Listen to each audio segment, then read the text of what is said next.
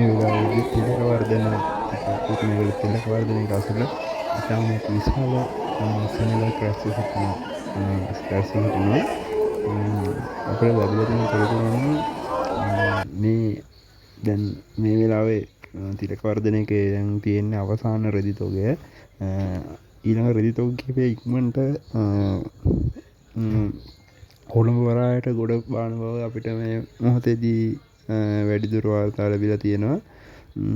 අපි ඒ පිළිබඳව වැඩිදුර විස්තර අනිවාර්යෙන් ඔයාලත් එක්ක සම්බන්ධ කරගන්නවා.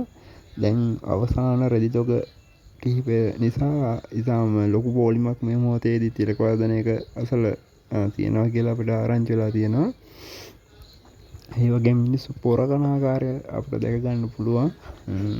ඒ වගේම මේ මොහොතේදී තිලක වර්ධනයෙන් පිට ඒ කියන්නේ පාර දෙපස ඉතාම විශාල පෝලිමක් අපිට දැක ගන්න පුළුවන්.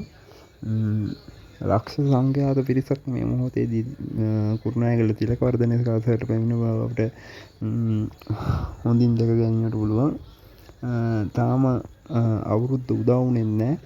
සිංහල අවුරුද්ද ආසන්න වෙද්දී මේ පෝලිම තවත් වැඩි වෙයි කියලා අපිට දැනගන්න පුළුවන්. අපි බලමු මොකක්ද වෙන්නේ කියලා ඉස්සරහට. තිලක වර්ධනයේ අසල මේ පෝලිම් තව තවත් වැඩි වෙයිද කියලා අපි බලමු.